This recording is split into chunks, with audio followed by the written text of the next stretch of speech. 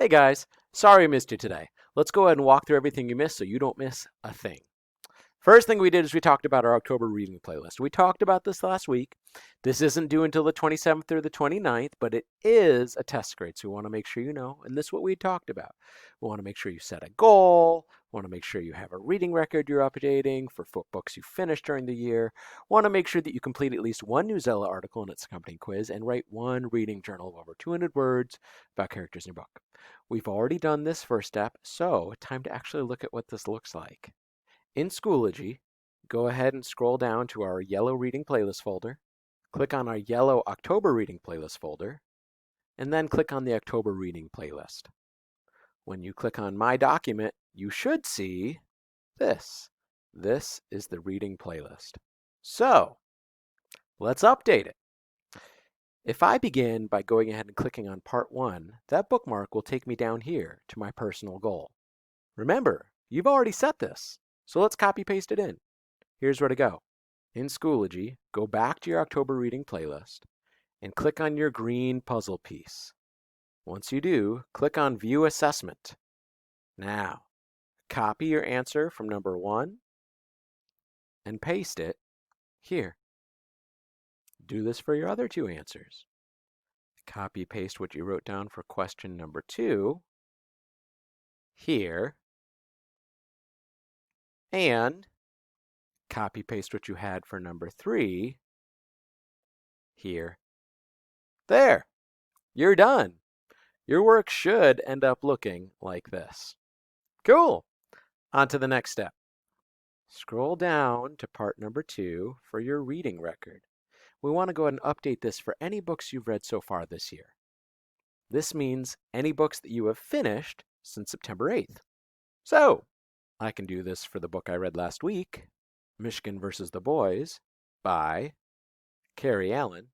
I know the genre was realistic fiction and sports. I finished it on October 10th, and I know because I Googled it that it has 304 pages. On a scale of 1 to 5, 1 is terrible and 5 is the best, I'd give this book a 4, and I'll explain briefly. I mean, this book made me stay up late to read what was coming next, but the grittiness of Michigan's struggle throughout the season faded at the end of the book, even though her struggles didn't. And that right there, that's what we want you to do for any book you finish between September 8th and now. If you want to go ahead and take a look down at Part 3 Newsella, and you can click through that if you want, but we will go through that in class next week. Something to think about. So to sum up, you should have gone ahead and added in Part 1 your goal from your green puzzle piece checklist. You should have added your goal, how it's going to be achievable and challenging, and how it's going to go ahead, what evidence you're going to use. You should have gone ahead and updated your finished books log, and if you're ready, you could have gone on to Newsella. Nice work. Now, I'll tell you, we are about to move into a little bit more of our work on format number 1, but I'm going to tell you, if you're watching the video at this point, and if you have not completed your draft, this thing, whether you went ahead and did the graphic organizer in the green and purple boxes, or just drafted here, pause this video. You need to make sure that you actually have that draft done so the next part makes sense. So if you need to go ahead and finish your draft, pause the video, finish your draft. If your draft is ready, let's keep on going. Remember, here's where we are in our entire progression for this essay. We've already completed the writing long, we've already completed the boxes, bullets, and right now we're working on polishing up your draft. So let's talk about how we do that. It's really important in your work to be able to connect your theme to your evidence. That's a key to analysis. And you can't just plop in your evidence and say, well, my evidence supports my theme because it does. That's not going to work. You have to explain your thinking. So, one of the ways that we know how to do this is the means relates matters. We know you start by saying, here's what the evidence means. I'm going to explain it in my own words and other words. Then you move on to, here's how this evidence relates to the theme. You say, this relates to the theme of blank because. And last but not least, you say, here's why this matters, right? I can show you a little bit about why this matters in life with a statement of theme. We're going to focus right here on our relate section because we want to clear that up. Now, if that's a little fuzzy, or if you want to go and kind of level it up because you feel that saying, this evidence supports my theme because, is a little bit basic, Watch this. This first way you should already have, right? So you're saying blank supports blank because. If we go ahead and plug some things in, it'll look like this. The evidence supports the theme because. And if you want to see this in action, I can say like this quote supports the theme of bullying because Melvin was, and I can explain. But if you want to level up, the easiest level to move up would be to this. Go ahead and go to blank is blank because. So it's just rearranging the words, but it's the same concept. So it would look like this. You'd say this evidence is an example of the theme because. And if I was actually going to be applying this to a story, I'd say this moment is an example of bullying because the cobra. So I'm just going ahead and kind of phrasing it differently. I'm saying is an example of. If you're ready for a little bit of a challenge, you can try number 3. If blank means that blank, then blank is blank. Let's plug some things in so we don't have as many blanks. If I said, if the evidence means or shows my interpretation of the text, then this moment is an example of the theme because. If I plug this in with Priscilla and the Wimps, I can say, if this moment shows that all the other kids left quickly, then the cobra smashing Melvin's head into a locker is an example of bullying because. And if you're ready for a big challenge, we can kind of combine our relates and matters together into one step. And you would do that here. You would say blank and blank, period. Therefore, and if we were going to plug in a little bit, it would look like this. This moment shows this, and this theme means that. Therefore, this moment shows us that statement of theme. If I was plugging in with Priscilla and the Wimps, I could say this moment shows us that Melvin is powerless against the cobra, and bullying means to exert unnecessary force to intimidate.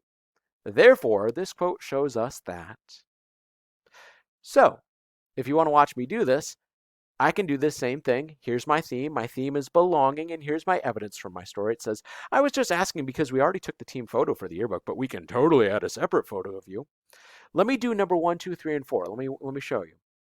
Number 1 would say, this quote supports the theme of belonging because the yearbook is designed to memorialize togetherness. If Bijan isn't part of the group shot, that will show he doesn't belong in the group.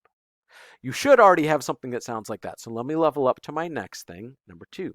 I could say instead, this moment is an example of belonging because when students don't see Bijan in the team photo, it's safe to assume they'll think he doesn't belong on varsity.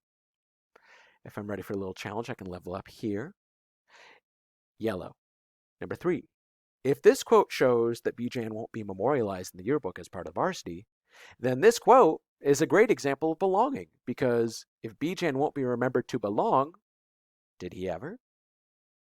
And I'll show you number 4, which is where I combine my relates and my matters all together in one step, right? I can go ahead and say number 4, what Jessica says here shows that Bijan won't be remembered as part of a group.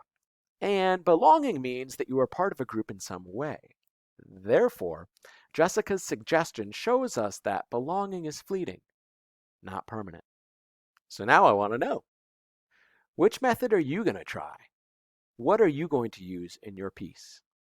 Go ahead and pause so you can pick the one you want. Good.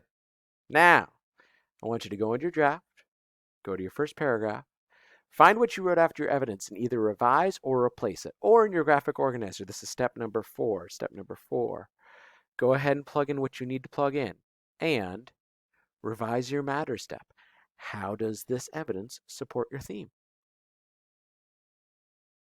Now, there is one more thing we need to talk about. Let's take a look at a couple pictures. Anything wrong with this picture?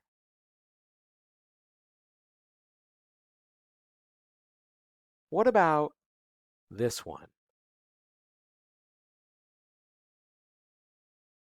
Oh, those are good. I love those, right? It's all about editing. And you guys, remember, we don't edit for us. We edit for our readers' eyes. That's the whole point. So let's go ahead and just talk briefly about some strategies you might use to edit. The first of which is to go ahead and use an editing check sheet. And guess what? I got one for you. Right here. In Schoology. Green folder. Draft. And right here. Click here to make a copy of your editing checklist. Clicking that will bring you to a screen that asks you to make a copy, and you do. And voila. Here's your editing checklist. But that's not your only strategy, right? There's more things you can do to edit. So another thing would be to go ahead and go back later when your eyes aren't tired and your brain isn't exhausted from writing. Edit maybe a day or so after you finish writing. Another thing would be to get some help from a friend or a family member, not to write your paper, but to go ahead and help you proofread. Another thing that's helpful is use technology. If Google puts a little red squiggly underneath your line or underneath your work or tries to correct your work, let it help you. And if you want to use Grammarly or something like it, go to town. Be my guest. Read it backwards. When you're reading it backwards, your brain is trying to recognize things it's not used to seeing. If it's used to seeing something, it'll miss some mistakes. If it's not used to seeing what you're looking at, it'll scrutinize it much more closely. Here's what we want to go ahead and edit for very carefully. Capitalize the pronoun I. That is incredibly important. No lowercase i's. We're not texting. Make sure you capitalize the beginning of sentences especially, and proper nouns. Names are important. Use quotation marks around the exact words that you borrow from a text. This is kind of key. Of course, use end punctuation at the end of a sentence. That's either a period or a question mark or an exclamation mark. Make sure that you indent the first line of every paragraph. Again, that's not for your eyes, it's for your reader's eyes. And use commas correctly in dates and locations to help your reader help separate out ideas. And hey, spell check's there. Don't ignore it, okay? Here's what you need to focus on. Capitalizing the pronoun I, capitalizing the beginning of sentences and proper nouns, using end punctuation, using spell check and other technology tools. And that's it. If you have other questions, shoot me an email. I'm happy to help. But for right now, go ahead and catch up on your work. You got this.